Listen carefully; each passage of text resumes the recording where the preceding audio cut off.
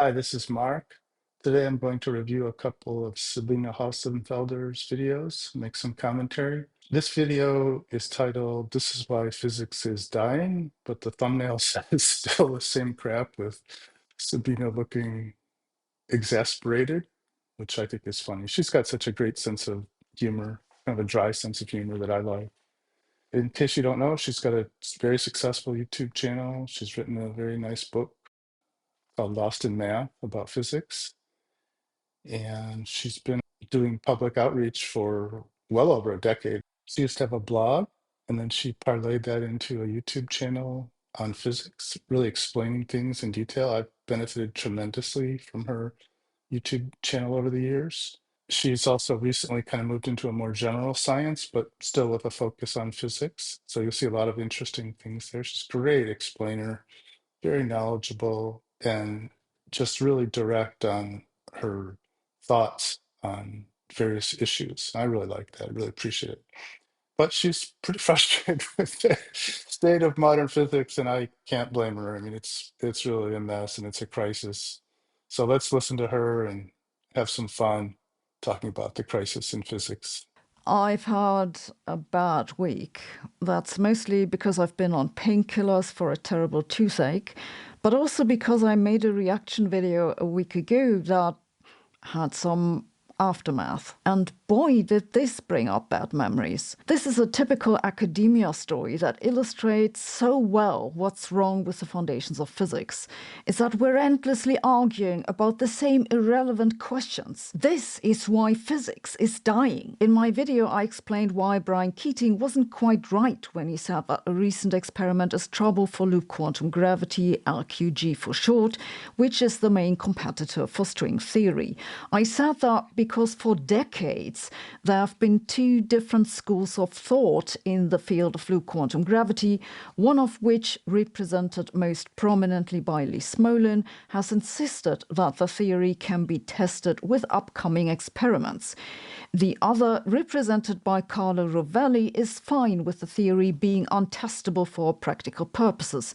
So now the situation is that either the theory is falsified or it's not falsifiable. It's exactly the same crap as with string theory and supersymmetry and inflation and dark sectors and many other research bubbles in the foundations of physics. It's mathematical fiction. It's nothing to do with reality anymore. I don't understand why people get paid for doing this. And I say this as someone who once got paid for doing this. This is just really great stuff. You know, Sabina's she's a PhD in physics. She worked in the field for quite a long time, and she knows what she's talking about. And she's correct. I mean, depending on when you start counting, there hasn't been much progress in particle physics since the 1970s.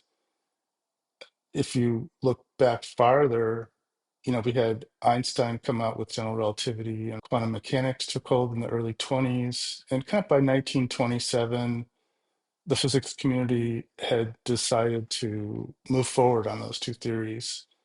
And yet they didn't have a foundation. They hadn't found like what makes general relativity and quantum mechanics happen that way. They had math that was starting to work and they built that up over the years, but they didn't know what was beneath that. And if you look up in Wikipedia something called effective theories, you'll understand why. Effective theory means we can make progress, but we don't know anything about what's below the model we're using. And that's what they did.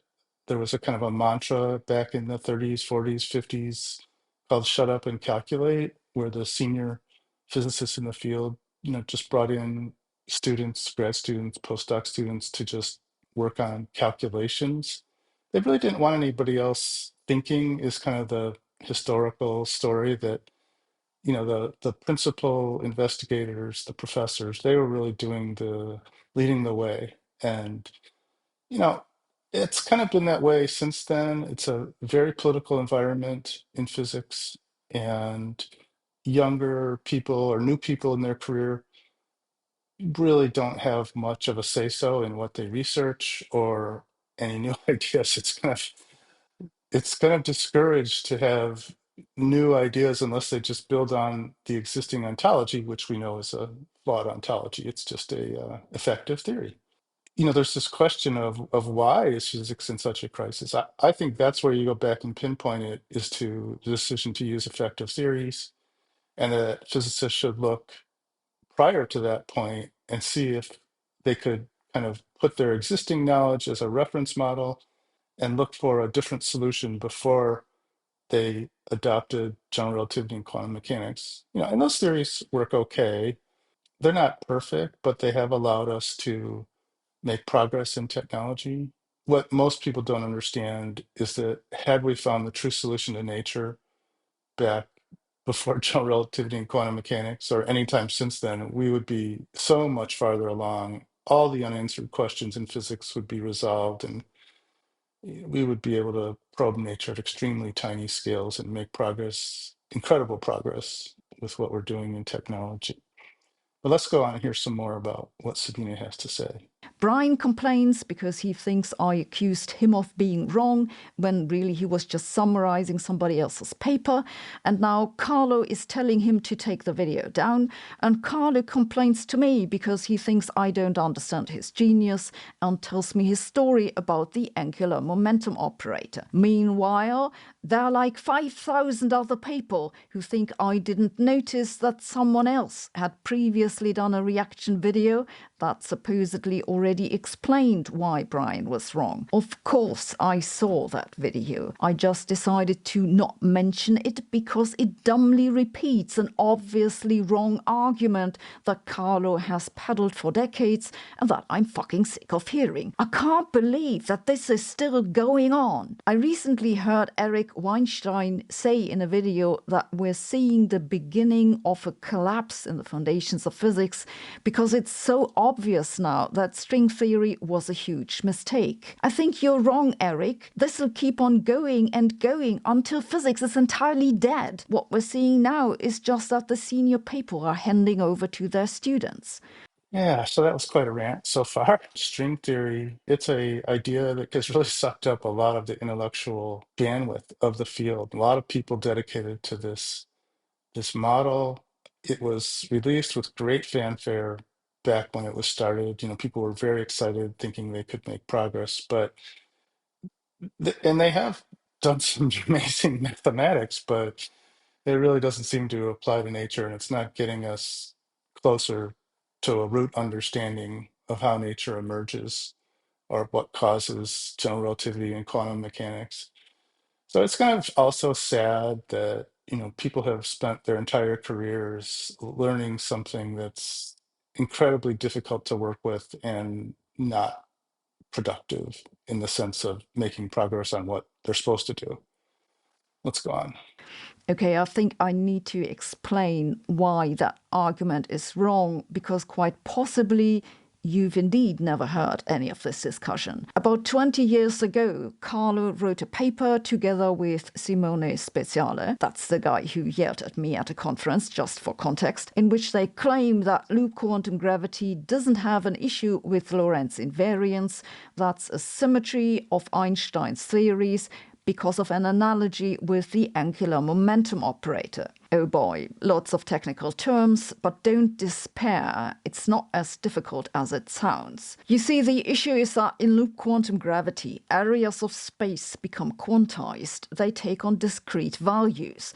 There's the smallest possible area that you can have, which is proportionate to the square of the Planck length, and the Planck length is something like 10 to the minus 35 meters. Now, what I said in my previous video is that a minimal area isn't compatible with Lorentz invariance. It just isn't, because length contraction should make that minimal area smaller than minimal. Proof by contradiction, Maths 101. Q. Carlo, who says that if you quantize the angular momentum operator, then the spectrum of eigenvalues is discrete, and that doesn't violate rotational invariance, and it works similarly in loop quantum gravity with Lorentz invariance. I tried to tell them long ago that this can't work because these deviations would inevitably be so large we'd have seen them already. They didn't want to hear that. There are still people writing papers about this nonsense. I just decided at some point that if I can't stop others from wasting time and money, at least I myself can stop wasting time and money. So I've tried really hard to ignore this. But it's so frustrating to see that this is still going on. They're still discussing the same nonsense as 20 years ago. You can fix the problem with Lorentz invariance and restore the symmetry exactly, but then you'll get back areas of size 0. And then you'll have to show that in this case you still have all the great regularizing properties that supposedly come from having a minimal area. And for all I know, no one's ever done that. So they're working with things like Lorentz invariance, and Carlo is talking about a minimal area. It's much, much different than what they're thinking. It turns out that the idea that was missed around 1900 is the idea of constant rate point potential emitters that also receive emissions, potential emissions. And when their path intersects with a emitted potential, action occurs. And of course, there's superposition from all the other point potentials in the universe and maybe themselves. You superimpose all of those and you figure out the next continuous increment in the path. So quantum is kind of a strange idea that emerged, and its nature is not really quantum in the sense they're thinking. If you look at quantum as angular momentum increments, that is actually an effect caused by a point potential binary that's orbiting, positive and negative point potential that are orbiting. They take on energy in units of angular momentum and their parameters adjust. Now, they don't hit a minimal area at the Planck scale. The Planck scale is really the symmetry breaking point in the behavior of a point potential binary. And you would find that as you apply more and more energy to a point potential binary, the orbital speed of those point potentials is increasing. And each time it captures another unit of angular momentum, then it kind of notches up to that next level. And you can keep going that way. And the orbital speed keeps approaching field speed. Well, when you finally get to field speed, that's the symmetry breaking point. And you are at the Planck scale right there. So, the radius of orbit has something to do with the Planck length. The frequency is the Planck frequency. The energy is related to the Planck energy. All those things happen there, but that's not the end. That's not the minimal area or the minimal length. That is just the symmetry breaking point at the height of energy on our side of the symmetry breaking point, where we live in low energy space and time.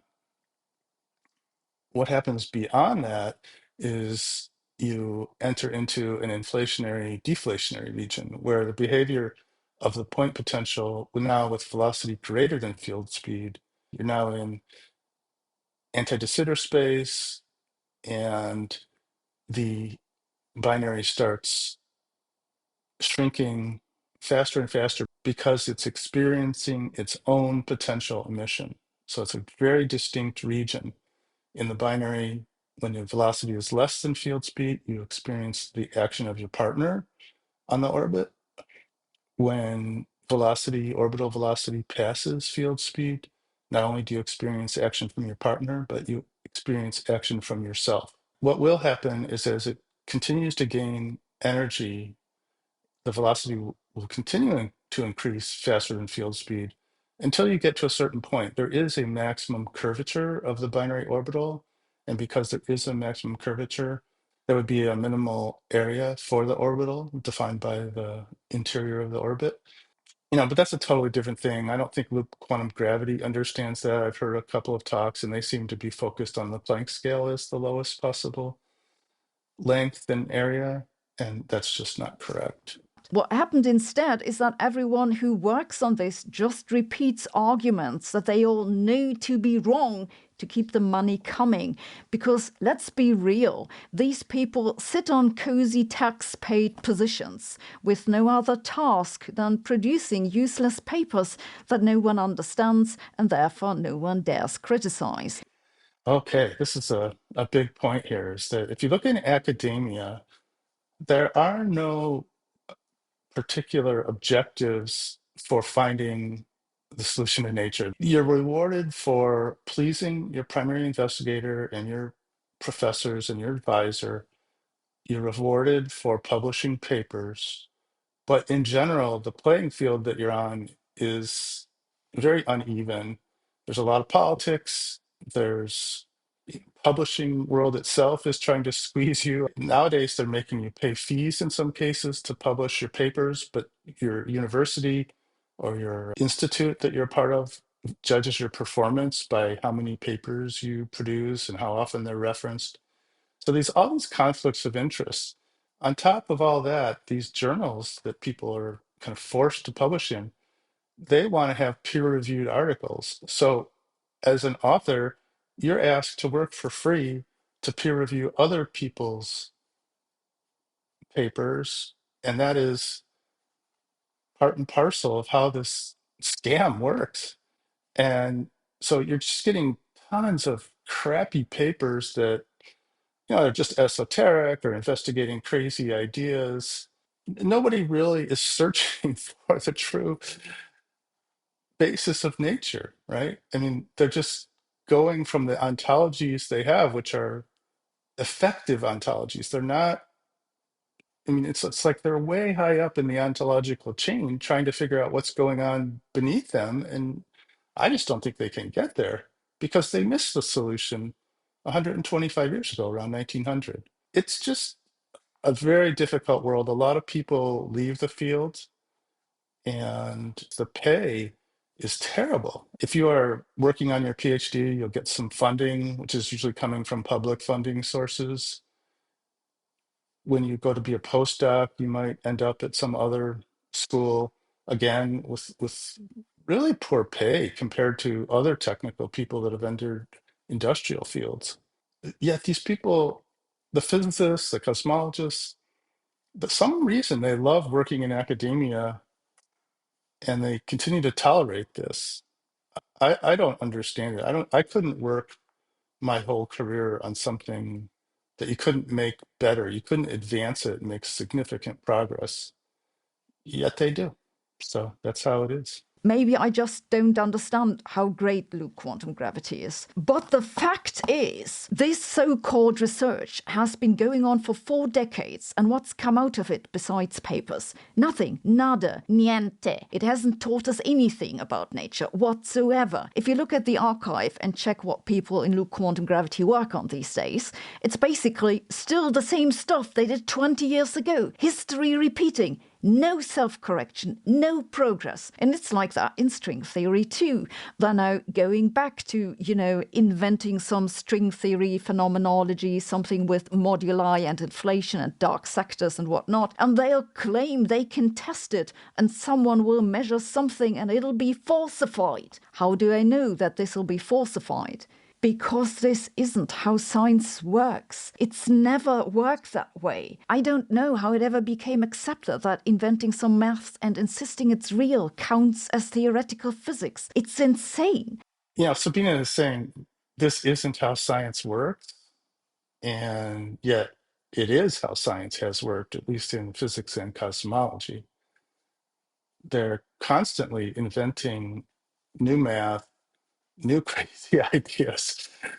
And, I don't understand why they don't realize that they're on the wrong ontology.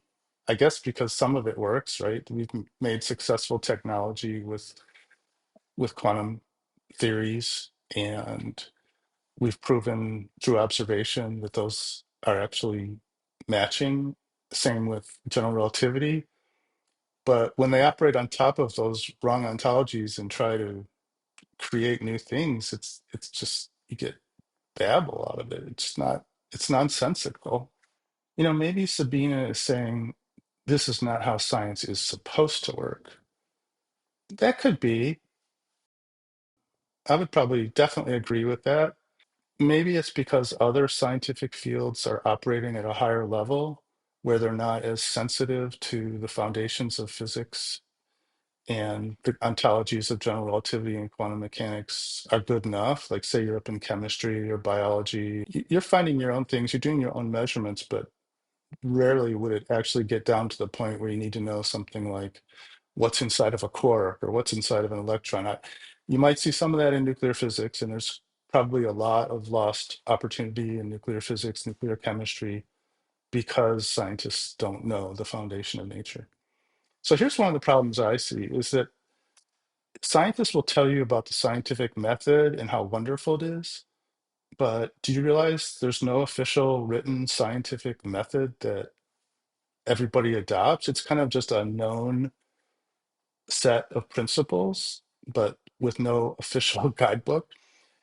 And the scientific method has no proactive way of correcting errors. What they'll tell you is, oh, it'll eventually come out that if somebody's made an error, it'll eventually be falsified and we'll get back on track. And that might be true for kind of minor aspects of science that, like short-term things, maybe in a year, 2 years, 5 years, they could correct a wrong conclusion and get back on track.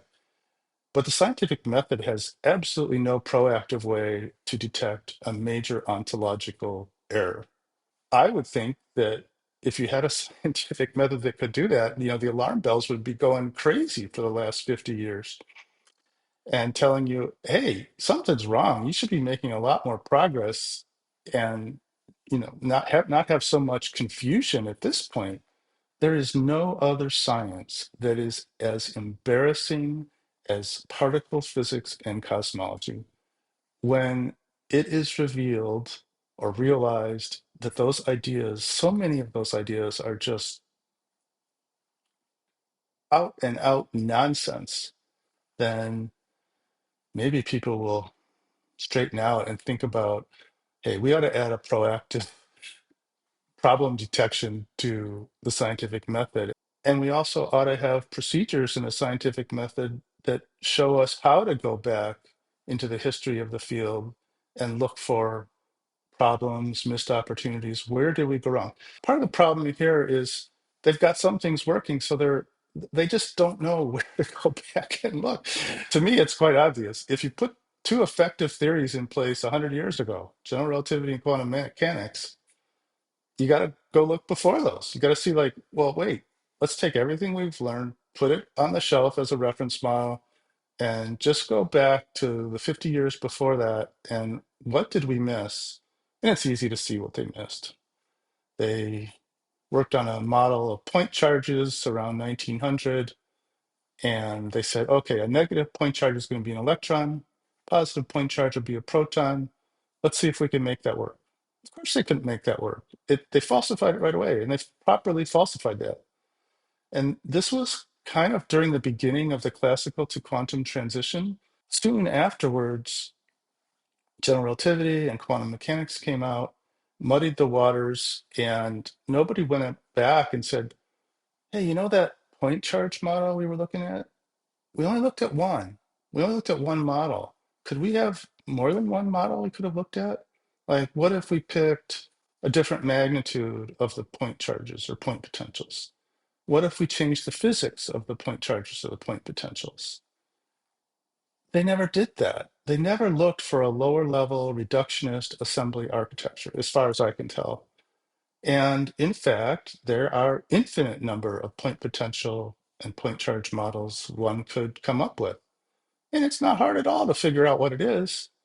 And it makes it very easy to see how nature works, especially with all the knowledge that has been gathered. I mean, it just maps directly.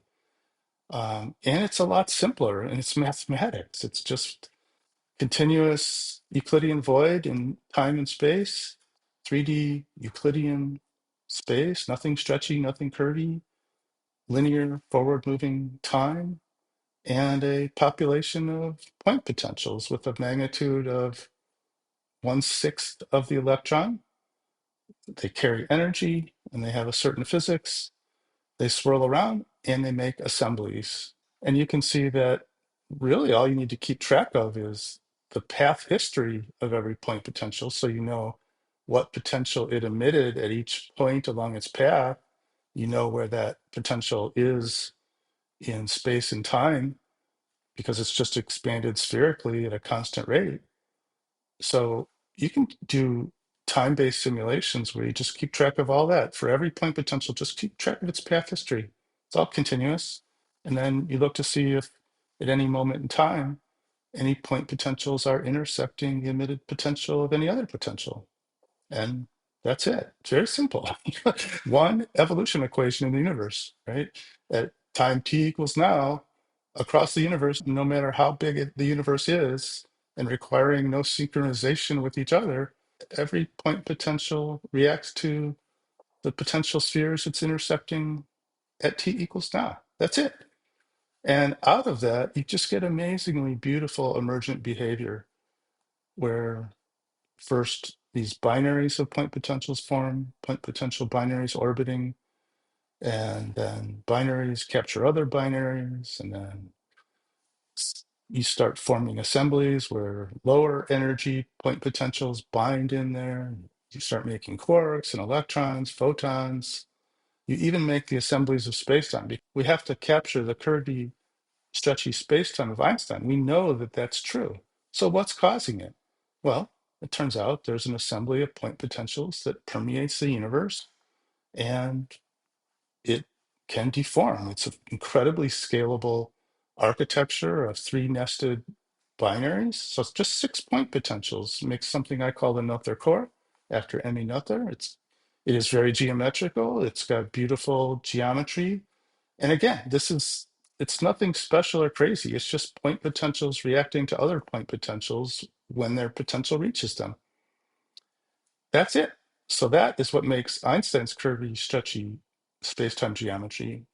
But that's an overlay on the base geometry, which is just Euclidean time and space. So this explains why there's so much confusion. I mean, they're dealing with an effective theory that's so incredibly complicated, they just can't see what's right in front of them.